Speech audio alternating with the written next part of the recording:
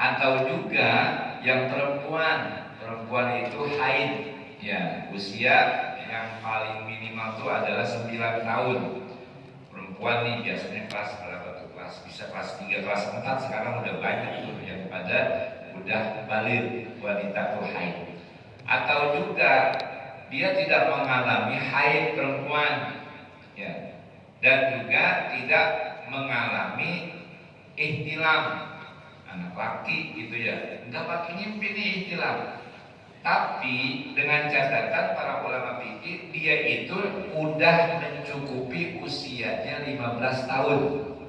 Ketika perempuan nggak mengalami haid, anak laki nggak mengalami ihtilam, tapi usianya udah 15 tahun, ya. Berarti ini tanda-tanda balik yang ada tuh dihilangkan dengan apa? Catatannya sudah berusia 15 tahun. Berarti dengan usia 15 tahun itu udah dihukumi balik, meskipun tanpa ihtilam, meskipun perempuan itu tidak mengalami haid.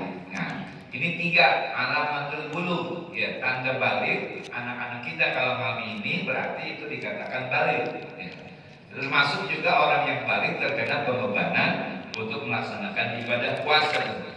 Al-akil, kemudian juga berakal, akalnya sehat, ya, normal begitu. Kemudian al-qadir, dan juga al-qadir ini adalah mampu ala shaumi untuk melaksanakan ibadah puasa. Nanti kan ada catatan ketika seseorang yang memang tidak ada kemampuan untuk melaksanakan ibadah puasa, misalnya orangnya udah tua renta, ya, atau juga yang sakit tidak bisa diharapkan buat sembuh, ya, ini nanti dia tidak berpuasa, nanti diganti dengan bayar fidyah, ya. Orang-orang udah tua tuh, usia misalnya sampai 90 tahun mau puasa. At-tahir minal haid, suci daripada haid dan nifas, ya. Al-haid wan nifas, suci tuh. Jadi wanita itu bahkan haram berpuasa pada saat haid dan nifas, apalagi yang pakai niat, ya. Ini diharamkan bagi perempuan ketika dia mengalami haid dan nifas. Ini terkait dengan masalah ibadah puasa, menjadi satu hal yang memang sudah biasa buat kita karena memang merupakan ibadah rutin tahunan. Ya, dia puasa ini merupakan rukun Islam, ya, salah satu rukun Islam, ya, yang ke berapa tuh? Ketiga keempat ya. Kadang dalam hadis itu ada 2 riwayat. Nah, puasa ini saudara-saudara memang macam-macam. Ada yang sifatnya wajib, ada yang sifatnya sunnah, ada yang sifatnya makruh, ada yang sifatnya haram, bahkan juga ada yang sifatnya mubah. Ya, kalau yang wajib ini kayak puasa Ramadan yang kemarin kita laksanakan sebulan penuh. Yang kedua, puasa wajib itu adalah puasa al-manzuroh, puasa yang dinazarkan. Kita nih punya satu tekad, misalnya dalam kondisi sakit, udah lama sakit, pengen sembuh, pengen ibadah yang normal begitu. Karena dengan nazar itu doa jadi semakin cepat terkabul. Maka dia nazar, loh ibadah kayaknya kurang maksimal nih sakit, jadi dia ibadah kurang begitu maksimal. Dia niatin nazar, kalau nanti sehat saya mau nazar puasa nih, misalnya Senin Kemis selama sebulan gitu ya. Nah, dia niat itu. Tapi kalau nazar memang syaratnya harus dia dilafalkan. Kalau di hati doang berarti belum jatuh nazarnya. Ketika dia ucapkan, dia nazar tuh, ternyata alhamdulillah dikabulkan sama Allah, dia sehat. Nah, maka itulah yang puasa nazar merupakan menjadi puasa yang merupakan puasa wajib ini, ya, itu merupakan puasa dalam membayar qadha, ya, bayar qadha Ramadan itu wajib tuh, ya. Jangan kita punya utang ya lupa, jangan sampai, ya, kita bayar sampai sebelum menjelang Ramadan berikutnya. Kalau kita misalnya sakit Ramadan ini, kemudian ketemu Ramadan berikutnya, nah itu kena cas kita. Ya. Berapa hari misalnya kita sakit? 5 hari.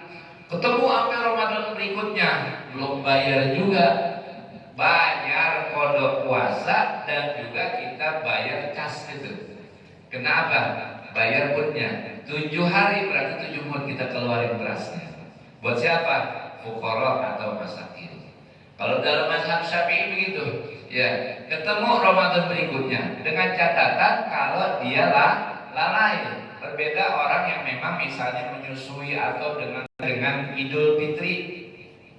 Idul Fitri kaitannya dengan hari Asyura.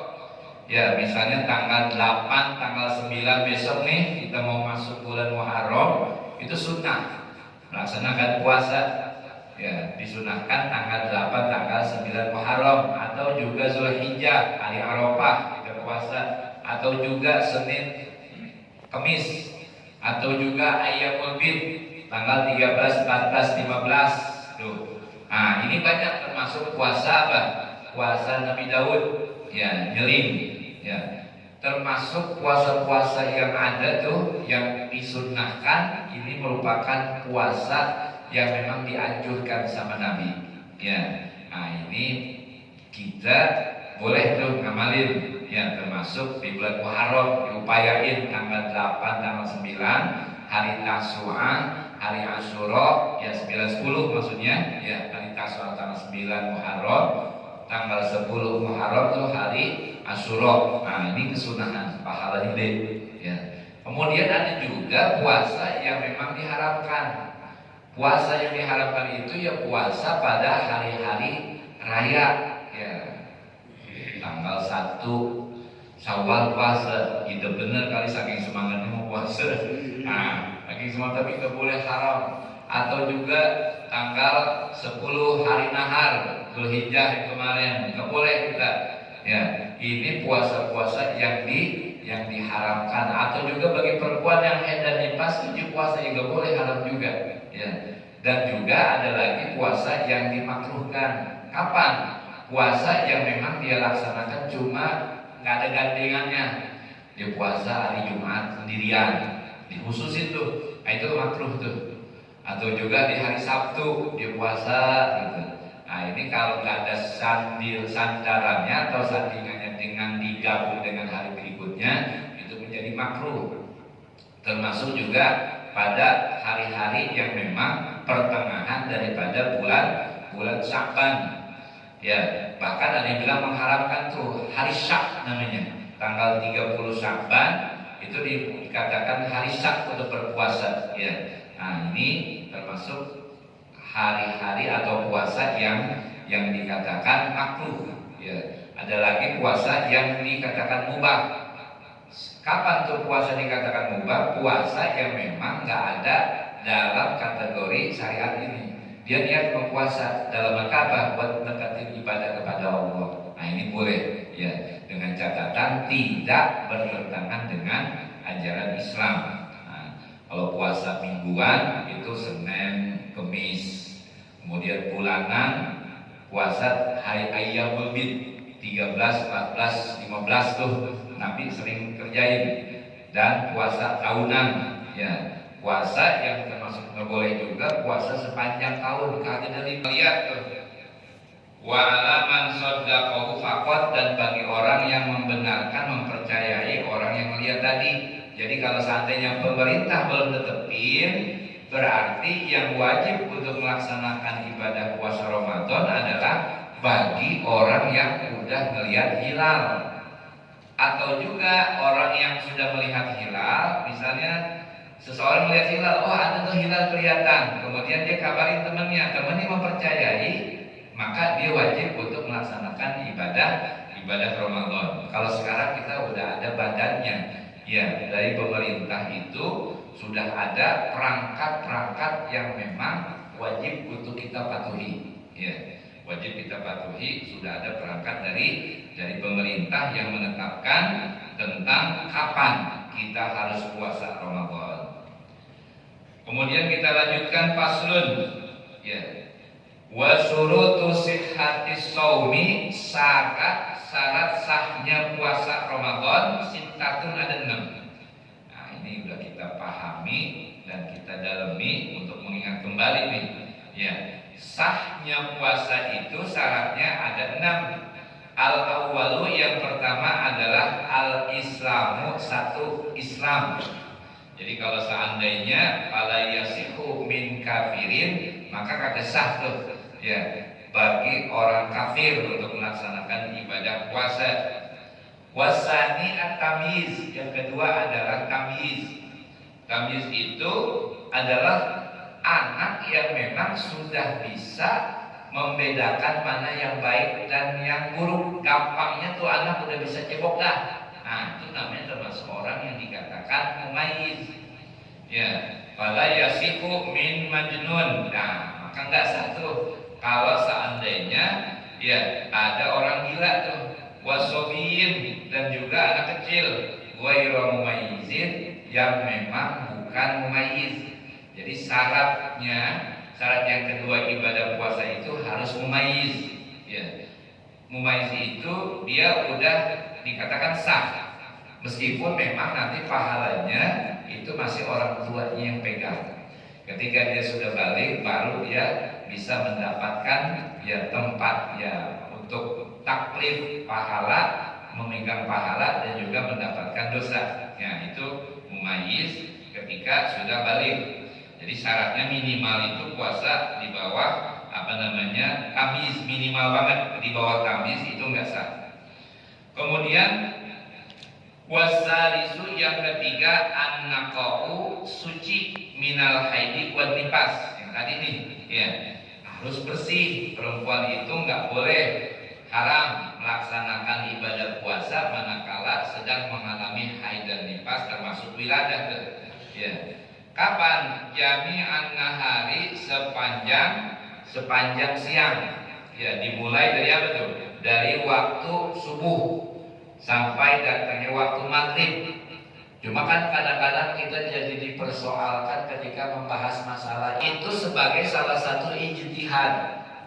Kalau seandainya kagak ada imsak itu kan biasanya kita 10 menit sebelum waktu, katakanlah subuh 4:30. Yang keempat, ini merupakan bagian daripada rukun juga nih, termasuk dia syarat sahnya puasa, termasuk juga bagian daripada niat. Warabi'u an-niyat. Ya, niat itu ayastaghfiru zatus shaumi, menghadirkan zat puasanya itu al-imsak. Niatnya itu memang dilakukan pada malam hari. Ini untuk puasa wajib. Watasihu, maka dan sah niyatu siyamit tatawwi, sah niat berpuasa sunnah qabla zawal, sebelum tergelincirnya matahari atau sebelum diangkat jam itu jam 12.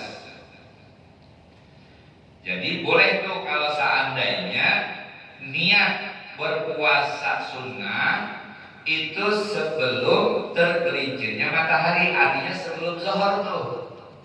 Ya, sebelum zuhur kita mau puasa hari misalnya Senin atau hari Kamis, niatnya siang boleh. Yang jelas belum tergelincirnya matahari, itu syarat yang pertama. Yang kedua, bisa fi alla yata'alqa muftirun qablaha, belum terkena apa-apa yang bisa membatalkan puasa. Ya, misalnya niat jam 9 puasa, puasa ini hari Senin sunat, itu dijadi. Yang jelas belum ada asupan apapun atau ada hal-hal yang bisa membatalkan puasa, belum makan, belum minum, itu boleh. Karena Nabi seperti itu. Ya, Nabi tanya pada istrinya Isya, ada makanan nggak? Nggak ada, jadi puasa. Ya, itu jam 9, jam 10 masih boleh seperti itu. Yang jelas dari waktu subuh sampai waktu siang belum ada konsumsi apa-apa. Jangan kita niatnya jam 10 tapi jam 8 habis makan nasi uduk, ya kayak jadi tuh. Karena udah ada asupan yang masuk gitu. Selama belum ada asupan, maka itu dikatakan sah untuk puasa sunnahnya. Wa wuquha, ya, dan tempat niat puasa sunnah ini fil laili afdalu, ya. Pada malam hari itu lebih bagus, ya. Meskipun siang boleh, tapi yang paling bagus kata pengarang fil laili afdalu, ini yang lebih bagus malam, ya. Sama seperti apa? Puasa yang wajib, ya. Itu sifatnya sunnah, yang bagus malam. Kemudian wajibu bi siyamil fardhati, dan wajib pada puasa yang fardu kayak macam Ramadan atau puasa nazar. Apa wajibnya? Takinuhu, menentukan tuh jenis puasanya puasa apa. Misalnya puasa Ramadan, ya itu termasuk takin. Atau juga misalnya kalau kafaroti, ya jenisnya puasa bayar kafarot. Kafarot juga puasa yang wajib tuh harus dibayar. Misalnya orang melakukan jima di bulan Ramadan siang hari, wajib bayar kafarot. Yang bayar siapa? Lakinya doang, ya suaminya doang, istrinya enggak, karena istrinya itu ada manfaat, ya. Yang lubang dimasukin dia udah batal duluan. Justru yang berat adalah pihak suami tuh. Ya, kalau seandainya batalnya dengan proses atau melakukan jima di siang Ramadan. Nah, ini bagian daripada puasa yang wajib juga tuh. Nah, itu puasanya harus ada takin. Kalau seandainya fardu, kan itu udah biasa. Nawaitu shauma qadin an adari fardhi syahri Ramadhani, itu Ramadhani itu merupakan takin. Kalau nggak ada Ramadannya kagak sah, karena syarat daripada ibadah yang wajib itu 3, ada qasad, ada ta'in, ada ta'arud. Sama kayak kita sholat tuh tingkatan niat tuh, ya ada qasad, ada ta'in, ada ta'arud. Sama puasa juga begitu, ya nawa itu tuh masuk bagian dari apa? Qasad. Kalau dalam sholat usolli, ya. Kemudian ta'innya apa? Ramadan. Kalau sholat zuhur, asar, maghrib. Kalau misalnya ta'arudnya ya fardu Ramadan, atau juga misalnya fardu zuhri. Nah, ini terkait dengan 3 tuh, kaitannya dengan masalah ibadah tingkatan niat.